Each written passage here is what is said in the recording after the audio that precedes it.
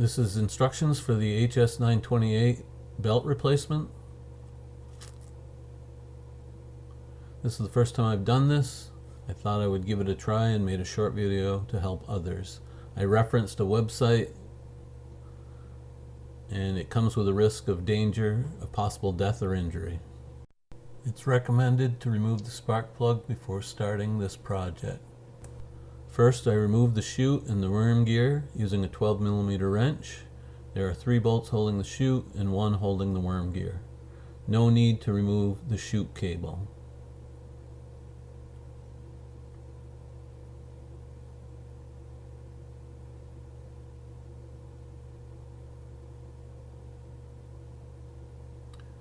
Next, I remove the plastic belt cover using a 10mm wrench.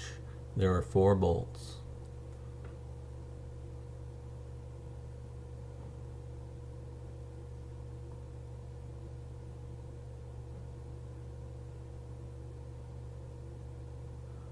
There are 10 bolts that hold the auger onto the rest of the machine.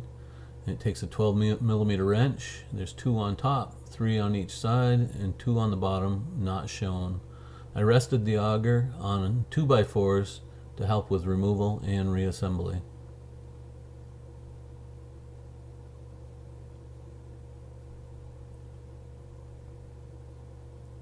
This is what it looks like with the auger removed. There was the auger belt on that top wheel.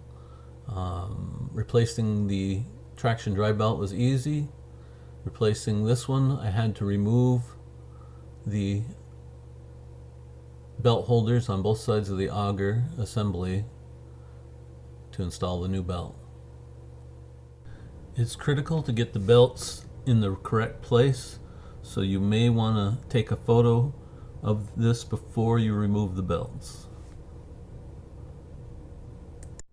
When reinstalling the auger, make sure the auger brake is under the auger pulley.